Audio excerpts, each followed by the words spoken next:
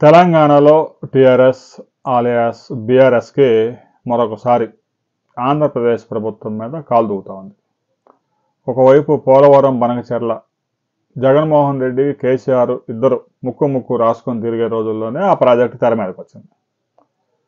ఇంకా అసలు కేసీఆర్ అయితే గోదావరి జలాల్ని నాగార్జున సాగర్కి శ్రీశైలంకి ఎత్తిపోసి రాయలసీమలో 1 కోటి ఎకరాలకు సాగునీరు ఇస్తా అని చెప్పినాడు. అయితే ఆ ప్రాజెక్ట్ అయితే తప్పలేదంట. ఇక ప్రస్తుతం కూటమి ప్రభుత్వం అధికారంలోకి వచ్చిన తర్వాత పోలవరం బనకచెర్ల మీద పెద్ద ఎత్తున చర్చ జరుపుతా ఉన్నారు. మరొకవైపు రాయలసీమ లిఫ్ట్ ఇరిగేషన్ మీద అభ్యంతరాలు వ్యక్తం చేస్తూ ఉన్నారు. ఆంధ్ర వాళ్ళు ఇప్పటికీ నీరు మొత్తం తరలించిపోతా ఉన్నారు అని ఇటు కాంగ్రెస్ ఇటు బీఆర్ఎస్ ఏడుపులే ఏడుపులు.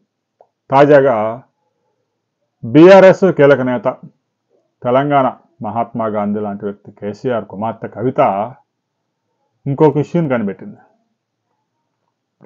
ఏదైతే పోలవరం ముంపు మండలాలు ఉన్నాయో ఆ మండలాల్లో ఒక 5 గ్రామాల పేర్లు చెప్తా ఉన్నారు. ఎటపాక, కన్నాయిగూడెం, పురుషోత్తంపట్నం, గుండాల, పిచ్చుకలపాడు. ఈ 5 గ్రామాలు తీసుకొచ్చి తెలంగాణలో కలపాలంట. ఈ 5 గ్రామాలు తెలంగాణలో కలిపితే ఇక తెలంగాణ మొత్తాన్ని బంగారం చేసిద్దంట. బంగారు తెలంగాణ.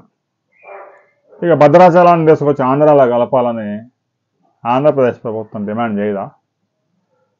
ఆంధ్రప్రదేశ్తో కాలు దోవటం, ఆంధ్ర వాళ్ళు దోచుకుంటున్నారని చెప్పడం, టీఆర్ఎస్ వస్తే ఇంటికొక ఉద్యోగం, 3 ఎకరాలు ఇంటికొక 3 ఎకరాల పొలం, ఇంటికొక ప్రభుత్వ ఉద్యోగం అని చెప్తే జనం అంతా నమ్మారు. 10 సంవత్సరాల టీఆర్ఎస్ పాలనలో నీ ఇంట్లో ఒక ముఖ్యమంత్రి పదవి కేసీఆర్కి, మంత్రి పదవులు 2 కేటీఆర్కి, 2 మంత్రి పదవులు హరీష్ రావుకి, ఎమ్మెల్సీ కవితకి, ఎంపీ సంతోష్ రావుకి, ఇక మిగతా కన్నారావు గిన్నారావు దోచుకున్నంత 1000 కోట్ల రూపాయలు కాళేశ్వరం ప్రాజెక్టు పేరుతో 42% కమిషన్తో దోచుకొని శుభ్రంగా విదేశాలకు తరలించి ఇప్పుడు మరలా అధికారంలోకి రావడానికి నానా ప్రయత్నాలు తంటాలు పడతా ఉన్నాయి. ఇక కవితకి ఇటీవల కేసీఆర్ దేవుడు, కేసీఆర్ చుట్టూ దెయ్యాలు చేరింది అని చెప్తా ఉంది. కేసీఆర్ చుట్టూ ఉండేది ఎవరు? కేటీఆర్, హరీష్ రావు. వేరే వాడిని ఎవరిని బానేరు. కేసీఆర్ ఫామ్ హౌస్లోకి ఎవరిని కనీసం అడుగు కూడా పెట్టినారు. మరి దయ్యం ఎవడు? హరీష్ రావు, కేటీఆర్గా.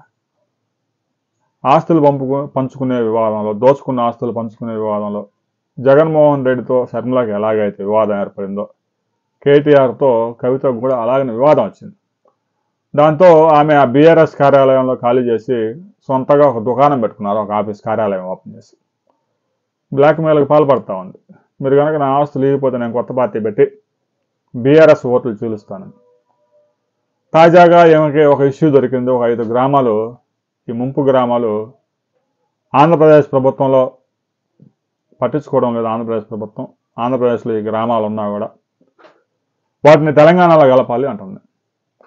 పోలవరం ప్రాజెక్టు పూర్తయిన తర్వాత, పూర్తి స్థాయిలో నీటిని నిల్వ చేసిన తర్వాత ఎక్కడ దాకా ఖాళీ చేయాలో ఇంజనీర్లు చెప్తారు. స్పష్టంగా గీత గీసి ఎక్కడ దాకా నీళ్ళు వస్తాయని చెప్తారు. అక్కడ దాకా వస్తాయి. అక్కడ దాకా మొత్తం ఖాళీ చేయాల్సిందే. వాళ్ళందరికీ పరిహారం ఇస్తారు. ఆ మిగిలిన ప్రాంతాలు ఎలా డెవలప్ చేయాలనేది ఆంధ్రప్రదేశ్ ప్రభుత్వం ఆలోచించింది. అంతేగాని 5 గ్రామాలు కలుపు, ఆ 5 మండలాలు మాకు ఇవ్వాల్సిందే అని నువ్వు భద్రాచలం తీసుకొచ్చి అసలు ఆంధ్రప్రదేశ్లో కలిపితే ఏ పేడా ఉండదని ఆంధ్రప్రదేశ్ వాళ్ళు కూడా డిమాండ్ చేసే అవకాశం ఉంది. రేపు స్థానిక సంస్థల ఎన్నికలు అయిపోయిన తర్వాత ఇంకా మళ్ళీ ఏం గుర్తురావు. మరలా అసెంబ్లీ ఎన్నికలు వచ్చే ముందు 1 సంవత్సరం ముందు నుంచి మరలా ప్రారంభిస్తారు. ఆంధ్ర వాళ్ళు నీళ్లు మొత్తాన్ని దోచుకున్నారు. శ్రీశైలం ప్రాజెక్టు నీరు మొత్తాన్ని రాయలసీమ తీసుకుపోతున్నారు. దక్షిణ తెలంగాణ మొత్తం కరువు పీడిత ప్రాంతం కాబోతుంది. ఈ విధంగా జనాలను భయపెట్టడం, ఒక భూషిని చూపించడం, బెదిరించడం, ఓట్లు వేయించుకోవడం ఈ దేశానికి పట్టిన పీడ రాజకీయ నాయకులు. చైనా గడిచిన 40 సంవత్సరాల్లో కమ్యూనిస్టు విధానాలు మొత్తం మార్చుకొని ప్రైవేటు పెట్టుబడులు ప్రోత్సహించి గవర్నమెంట్లో అవినీతికి తావు లేకుండా చేసి ప్రపంచంలోనే ఈరోజు అమెరికాని ఢీకొనే శక్తిగా ఎదిగింది. 1980లో చైనా కన్నా భారతదేశం మెరుగైన పరిస్థితిలో ఉండేది. కానీ 44 సంవత్సరాల్లో మనం 45 సంవత్సరాల్లో సాధించింది ఏమిటి అంటే చైనా కన్నా కూడా 600% వెనకబడ్డాం. చైనా జీడిపి $22 ట్రిలియన్ ఉంటే భారతదేశం $4 ట్రిలియన్ సాధించి ప్రపంచంలో అతిపెద్ద 4వ ఆర్థిక వ్యవస్థ అని చెప్తా ఉంది. భారతదేశంలో తలసరి ఆదాయం $2,300 ఉంటే చైనాలో $23,000 ఉంది. అది చెప్పరు. ఈ విధంగా రాజకీయ నాయకుల జనాల్ని ఏదో ఒక బూసి చూపించి ఓట్లు కాజేయడం, ఇంకా తర్వాత అరాచకాలు చేయడం. ప్రజలు ఎప్పటికైనా కళ్ళు తెరవండి. ఈ దేశానికి పట్టిన పీడను విరగడజేయండి. రాబోయే రోజుల్లో రాజకీయ నాయకులు మారుతారని మనం ఆశించలేం. ముందుగా మారాల్సింది ప్రజలే కాబట్టి. ఇక ఈ కవిత అయితే ఈ 5 గ్రామాల వ్యవహారం తీసుకొచ్చింది. కేసీఆర్ అయితే హాస్పిటల్లో ఉన్నాడు. కేసీఆర్ ఇంకా పెద్దగా తిరిగే పరిస్థితి ఏం కనిపించున్నాడు. కేటీఆర్ అయితే ఇక రెచ్చిపోతా ఉన్నాడు. ఆయన రెచ్చిపోవడం వెనక అర్థం ఉంది. రాబోయే రోజుల్లో స్థానిక సంస్థల ఎన్నికల్లో ఫలితాలు వచ్చిన తర్వాత ఇంకా అసలు ఆ బీఆర్ఎస్ ఉంటుందా లేదా అనే దాని మీద కూడా కొంత క్లారిటీ వచ్చింది. బీఆర్ఎస్ వాళ్ళు ముందుగానే రెడీ చేసి పెట్టుకుంటారు. కాంగ్రెస్ ప్రభుత్వం రిగ్గింగ్కు పాల్పడింది, స్థానిక సంస్థల ఎన్నికల్లో ప్రజాస్వామ్యాన్ని కూని చేశారు అని ఇప్పుడే రాసి పెట్టుకుంటారు.